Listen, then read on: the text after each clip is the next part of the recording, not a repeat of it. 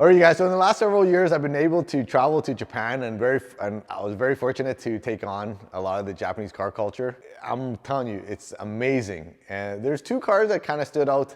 Well, there's one that stood out in Johnny's eyes, and there's one that stood out for me. For him was the white NSX. For me, it was the R34 tribute car. That silver one with the blue livery all over it. There's one thing that those two cars have in common, and I think it's a big trending thing right now. If you watch the Larry Chen vlogs, you've probably noticed it. Underglow. Underglow is a big thing in Japan. It's like trending and it's coming back like wildfire. And it's starting to come back into North America. It's because of the Fast and Furious.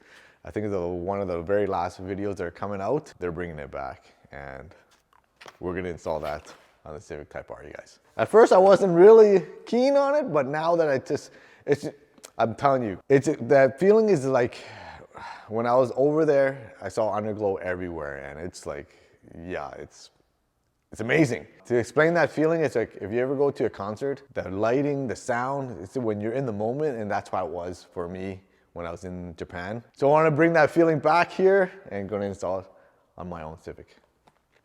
Let's do it.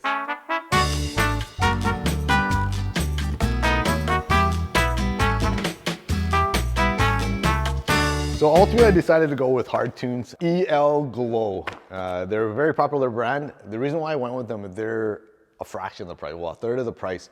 The other one, the very popular brand that if you start doing your research and looking for Underglow, is Low Glow. And Low Glow is like triple the price, you guys. And then when I opened up the box and I did some research online, I noticed that all the buttons and everything, let me just open it up. These kits are very, very similar, the way they're designed. Okay, so you got the brain, and this button is the one that like really gives it away, you guys. So if you look at Low Glow, it's all the same, but you're paying so much more for, I don't know what for, because half of these things are probably coming from China anyways. You'll probably know right away because all the tariffs that Trump has put on, if Low Glow actually goes up in price, you know it's coming from China. So, okay, so obviously what's in the box? The brain, the control module, and all the wires. These two side strips. This one is 180 centimeters. I don't know what that is in inches. Two front ones at 100 centimeters. I think that's more than enough.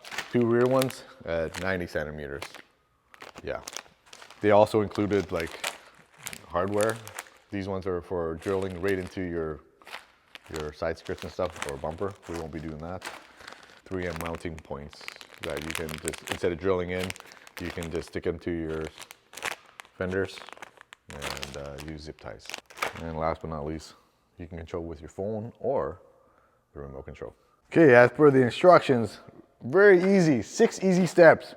Clean, tape it on, connect it, I don't know, fix the cables so it doesn't notice it, connect it to your battery, and turn it on and test it. But we'll do step 6 first. We should test it before we, no brainer, right? So this is the plan. In the instructions, they want all of this, basically, well, this two here inside the car, and this inside the engine bay, and this going to the battery.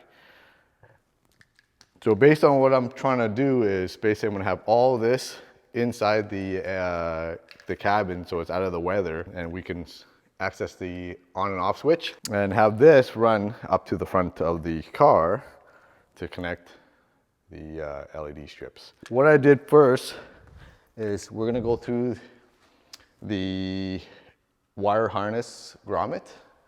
Let me show you. Okay, so to give ourselves a really nice and clean install, there's the factory wire harness grommet right there.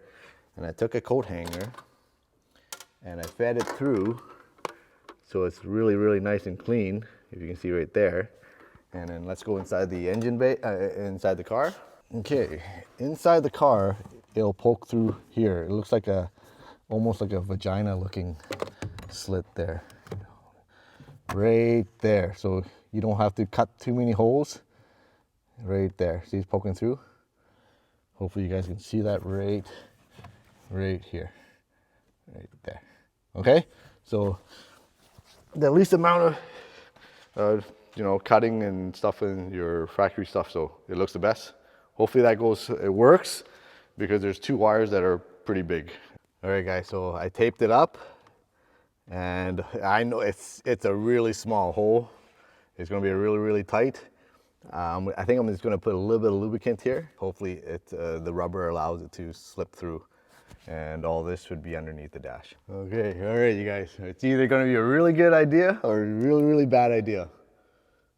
Okay, so change of plan, you guys. Going through the grommet was almost impossible unless you just put a big gash or cut into it, which I didn't want to do. The heads of the connectors were just a little too big, so for it to go through. I had no choice, had to go around. So if you look right there, we went around it. What I'll do is I'll just push the grommet back in to give it a good seal, and hopefully that should do the job. Okay, so they gave us a lot of slack, a lot of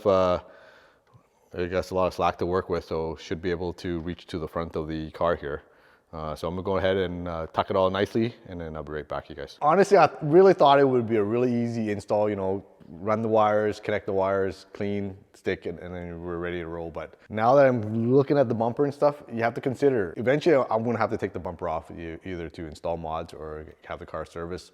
Eventually, side skirts and same thing. So you gotta really plan out, you have to disconnect the LED light strips, and if the light strips are actually stuck on, it's gonna be a hard time to like, just do future mods, right? So you have to consider that. So now I'm just thinking, I was originally gonna go behind, but it's gonna just basically interfere with the light. The light might not come forward. So I'm thinking I'm gonna run it across here, because eventually when we remove the bumper, it's not gonna basically interfere with it. And we can always just remove this rubber piece here, and when you're removing the bumper, this under tray here kind of stays with it. So I think that's what I'm gonna do, run it all across here. Okay, so after trial and error, I tried sticking it on here, you guys, but it doesn't stick to this plastic at all. Like the 3M double-sided tape does not stick. So we went with plan B. We went and stuck it on the paint here, and it adheres so much better on the paint. So if it's exposed, I got some of this to cover it up. So hopefully this works. And the other thing I was thinking is when I get the spoon lip, I'm hoping it doesn't interfere with it. But we'll figure it out when that time comes. We're just gonna have to get new 2-side sticker tape and then stick it to the spoon lip. So it just has enough length, you guys, almost just perfect. Now I'm gonna go ahead and start figuring out where to put all these wires here. But yeah, I'm gonna go over with a heat gun, make sure all this sticks down. Because this, I don't know, it's not 3M, it's like some other China brand. It doesn't stick very well. But anyways, I'll figure that out and I'll be right back. So up next, I'm gonna go ahead and tackle the sides. Man, you gotta clean it really good here. Yeah, I don't have a whole lot of mileage. I don't drive a whole lot. I don't drive in the rain, but man, up in Canada here, everything just takes a shit kicking. It's so bad underneath here. But it is what it is. Okay, so I'm gonna clean it and go ahead and install.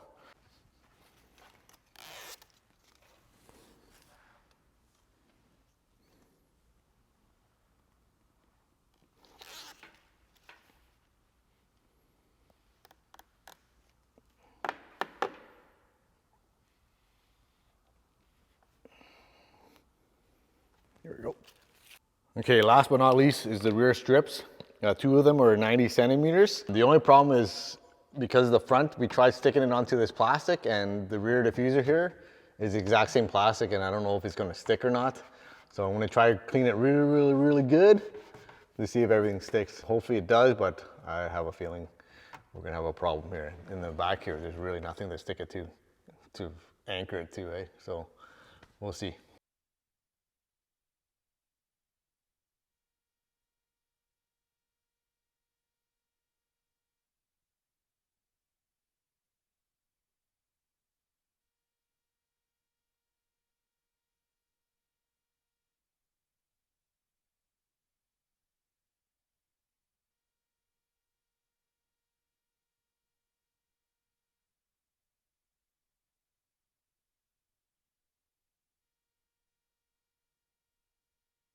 Okay, so connecting the front one should be a lot easier. We're gonna use just a coat hanger. We're gonna feed it through the fenders because it's a big gaping hole here. We can see it. put the wire here and pull it back through, and then we're gonna do the repeat it for the front side here. Should work out relatively easy, guys. There you go. Okay, so don't forget to tape it up so that it doesn't catch on all the stuff there. It just gets hung up if you don't. So we're gonna line up these tabs. There's a little notch there. So just make sure you line up with the ones inside here. Okay, and then we're gonna pull it back through.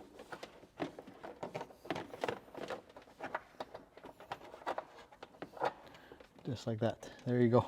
Damn, you guys, this is like a struggle. Like, I thought it'd be really easy just using the fishing wire, just to fish it through, but finding the hole and stuff is like, it's a nightmare. I'm trying to cheat because I don't want to take the tires off, and I'm just kind of lazy right now. Fishing it's the way for me right now, but I don't know, guys, I'm struggling. So bear with me, guys, I'll be right back. Okay, so far this is what I'm gonna do. I unscrewed the one screw, connected it, and now I'm gonna go ahead and tuck it inside here so it's out of the way, and then we're gonna run it all the way across here.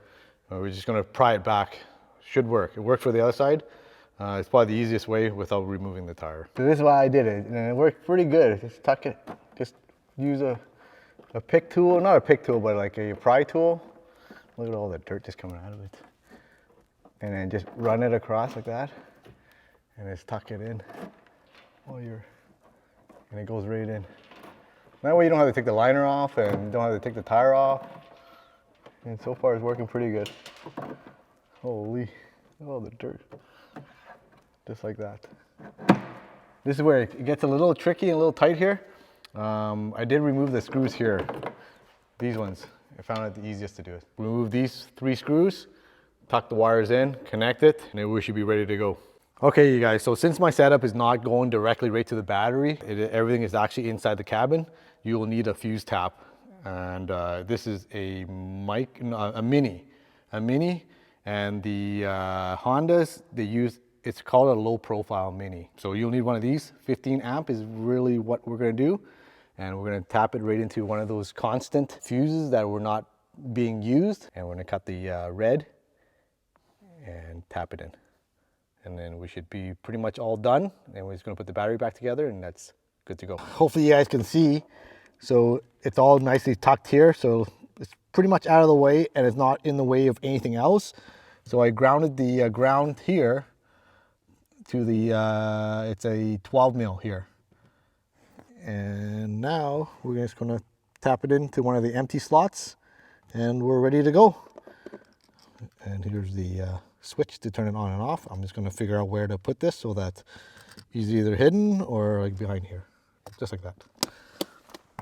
Yeah, so nice and clean, nothing's in the way. Everything is accessible still. So you can see that right there. All right guys, so the install is finally completed. It actually took me like at least roughly about 4 hours. It's basically around the wheel wells is what took me the longest. What can I say? It's actually done. I'm gonna show you guys. I would recommend using like your own double-sided sticky tape because the stuff that they supply kind of really comes off. It doesn't stick very well. But other than that, it's this thing, it fits like a glove. Like it's like meant for the Civic, you guys. Like look at this, the nice even length. It fits perfectly. So we ran it from here, up in here, and into the engine bay. The sides, it's all nicely tucked away. I was just gonna say, because in the back, like I said, it wasn't sticking at all, but now it's like it's on there pretty solid. And yeah, looks fantastic. Like it's meant for this car. Like the length is absolutely perfect, you guys. At first I thought either it's gonna be too long or too short. Too short wouldn't have been too big of a problem, but if it's too long, you got just way too much, right? But look at it, I think it's perfect, you guys. Let's grab my phone. I'm gonna go download the app. Let's fire this thing up for the first time. Obviously, we're sitting in the dark right now. We shut off all the lights in the shop so that we can get that visual effect for you guys. I got Johnny here with me too, so it's actually his idea. Okay, you guys ready? 3, 2, 1. Oh, change colors. You can see the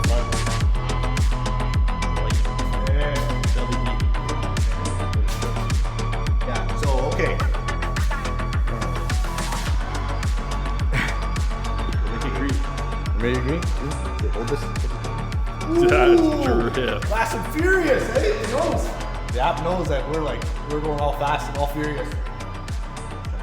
What color? That's good. That's it. Oh, what color you want? Blue? Blue? Purple. Ooh! Oh, blue's nice too. Okay, come here, guys. So that's why I was kind of worried that because, well, I'm not too worried about the front. Johnny said you can actually see it, right? And so HardTuned gives you the option that you can buy these rubber seals that you can run across it and hide the low glow. So not bad. So I'm thinking that maybe I'll do it on the sides. I'm not too worried about the front because the spoon lip is coming. Let's try another color. Do I want to try white? I think white's gonna be sick. Ooh! No, white's not it. White's not it? No, put purple like the NSX. White ain't right, eh? Like the Japan one. Okay, purple. Yeah, like the guy from Japan. Ooh! Oh. I can turn the intensity. Yeah, dark. Darker purple? Yeah. Look at that, eh? That's black. Damn, he's like the NSX. You're right, Johnny. Okay, anyways, let's go back. So I think I'm gonna do this for the side skirts. And I had a feeling because the way I wrapped it here, you can see the light right there. I had no choice, so I'm gonna run this stuff there and that should be able to cover it up. So, right back, guys. All right, guys. So the only thing that I'm not too keen on is the switch because it has a red light that's always on when the system is off and it turns green when the system is on. Realistically, I don't drive the car often and having that LED light, I don't know how much it drains, but having it on all the time and it's just gonna eventually drain the battery. And I know I'm gonna eventually hide this somewhere, like maybe up here, out of the way, because it's just, I don't know. So what I'm gonna do is I talked to Victor. I'm gonna ask him to basically cut this one off and change it into like some regular switch without any light or anything like that. So I really don't need it. I'm not gonna see it ever. So yeah, that's one thing I'm not too keen on, you guys. All right, guys, so that's pretty much it for this week's vlog. So it was a decision between low glow and HardTuned, and it came down to like price-wise, guys. This is like a third of the price compared to low glow. Low glow, by the time I get it here, I think it's roughly about 600 Canadian, and this only cost me roughly 200 bucks, 160 something with including the option to have that whatever that foam is, and they do give you a lot. It's enough to cover the whole entire car and more, so that's pretty good, you guys. So like I said, HardTuned is the way to go.